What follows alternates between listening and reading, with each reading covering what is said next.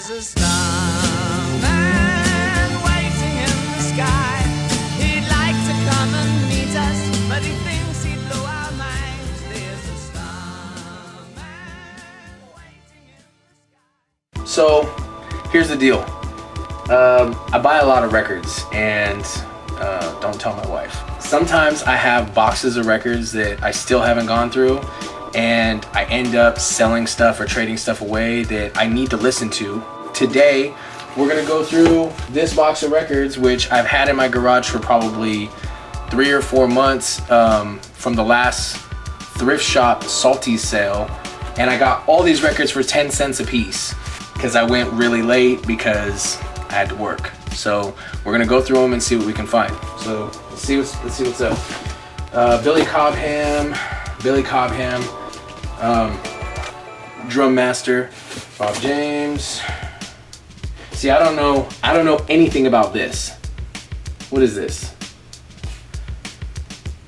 Joey Covington's Fat Fandango.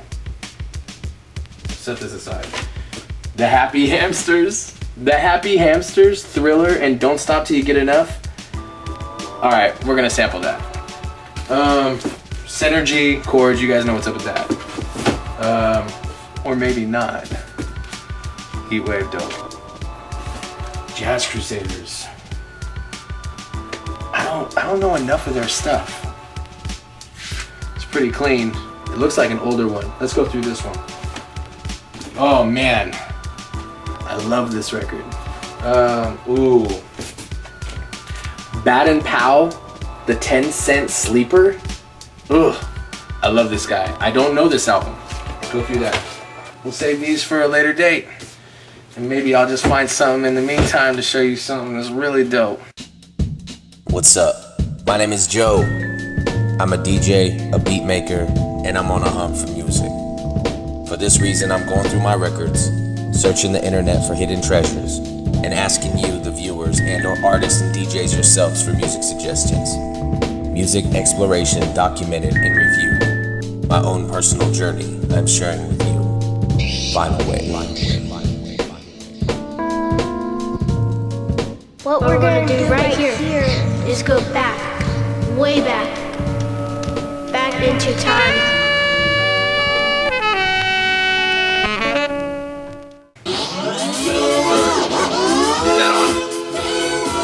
Yeah, that is kind of cheesy, but you know what? 10 cent record. I'm not really tripping. If anybody wants a Happy Hamsters Thriller cover, holler at your boy. Vinylwav@gmail.com. Mind you, I don't usually treat my records like that, but you know what? I've never gone wrong with Baden Powell. One of my good friends had showed me some Baden Powell a long time ago. It stuck in my brain. I remember sampling it, and I felt like I made like some sort of like RZA Wu-Tang ass shit out of it. But yeah, let's check it out. And it's hella clean. What do we got here? Let's sample through it.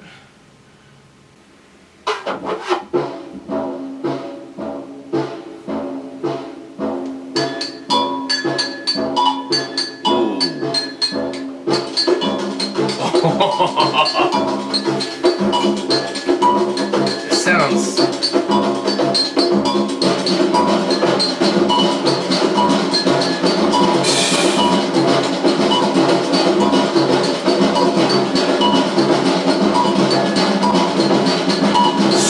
de Carnaval.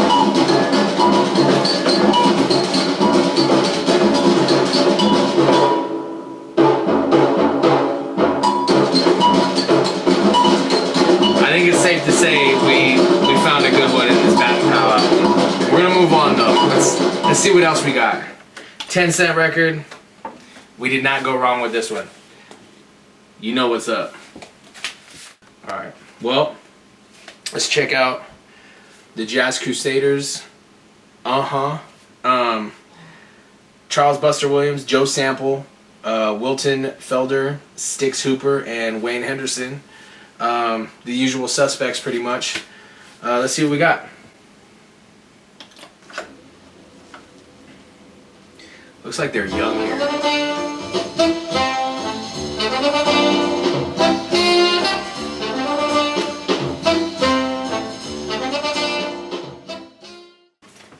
I'm not upset.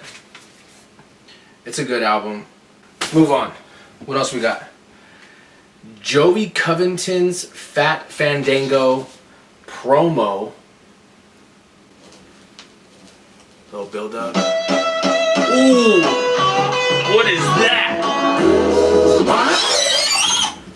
That sounds very familiar. Doesn't that sound familiar?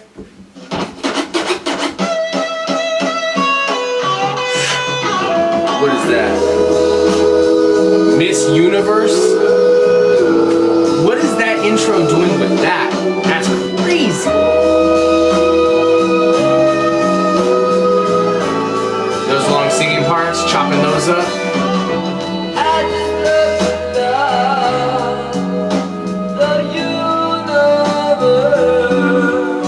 This is dope.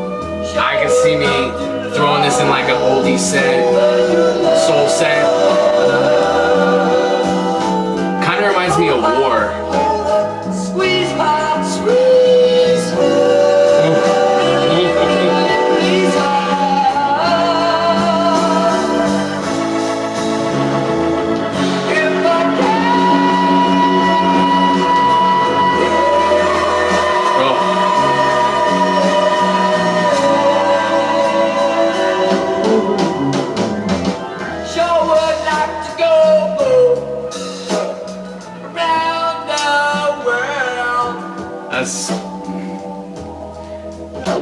I think that's all I need to hear of that one.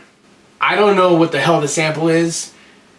It obviously, it's triggering something in my brain. Joey Covington, Fat Fandango, if you guys know what the hell this is definitely the one that I would choose from the box of 10 set records. Oh God. It's ridiculous.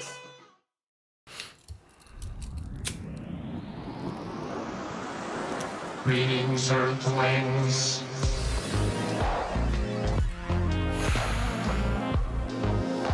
Okay. Oh, that sounds pretty good. My name is Nick Kuvdos. That's my legal name. My space name is Prozak Morris. I consider myself to be a experimental soundwave scientist of interstellar types. I'm originally from planet Earth. I am of the human form. I currently live in Los Angeles. I moved out here in 2010. As far back as I can remember, I was pretty compelled to create and to participate in music in some way, shape, or form. It's always been just something I felt like I had to be doing. My musical influences, are all over the map, I guess. It's kind of a cliche thing to say for a contemporary producer that I listen to absolutely everything, but I do listen to absolutely everything. For me, it would be like, my relationship with my girlfriend, Zareth. That's a musical influence for me. Or the struggle of moving out to a city like Los Angeles and living in a sector like Hollywood and trying to just absorb all that and exist within your own sanity around all that. That's a huge musical influence. The sights I see and the sounds of my window just being open and hearing the cars and the birds and the sound of the excitement and the chaos of the city around me, that is a musical influence. And I think that those are the notable influences that people overlook in artists, but if you really pay attention, you can probably pick those things up just as well as who they probably grew up listening to and had a huge effect on them now. Well, the name of my project is Synthetic Star Child and the Sample-Based Brainwave. It is a story of a young space traveler who's a star cadet who, through trials and tribulations, has to prove himself a worthy, admirable star captain, and achieves that by the end, and hopefully it can be a projection onto my real life. It does have a lot of significance as far as how I made the album, because I did spend the better portion of the year solely focusing on not so much the compositional phase of creating music, but creating all my own original sounds from just raw materials, whether it be raw oscillators, not using any types of presets or prearranged or prepackaged sample packets or anything like that whatsoever. Just gathering and creating all my own sounds from scratch, whether it be synthesizers or samples, or recording my own sounds organically, objects within reach everywhere. I've probably recorded and sampled every single thing in my apartment, whether it be a human or object or dog. Shout out to Chickies. She's my best friend. On this record, I used the MPC 2500 sampler. I have two Technique 1200s, avid record collector for as many years as I've been making music. Novation Ultra Nova synthesizer. It's a digital synthesizer. The Roland JP08 module. It's a kind of doing an impression of a Roland Jupiter, which is a classic synth. A Boss SP303 sampler, Arturia Microbrute analog mono synth, Korg Volca Keys mono synth, little synth box, Roland TR8 drum machine, Korg Triton synthesizer, Casio Garage Sale Edition, keyboard, and MacBook Pro and Logic 9. Squeezing all the juice I can out of those for now.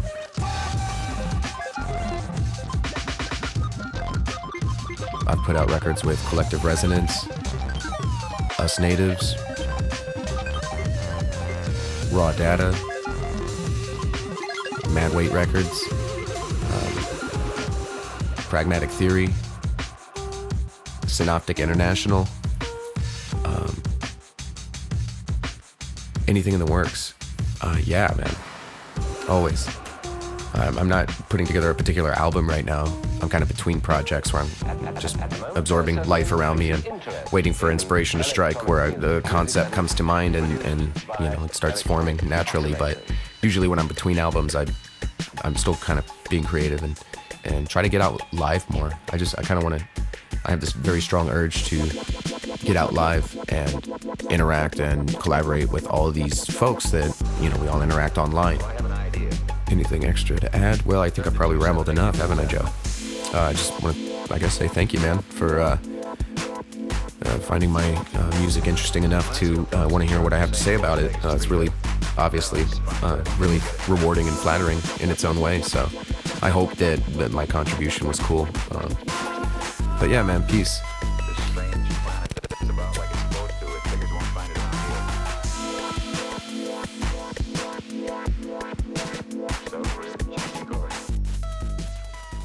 But one dude that is coming to mind actually is this kid. He goes by Repeated Measures.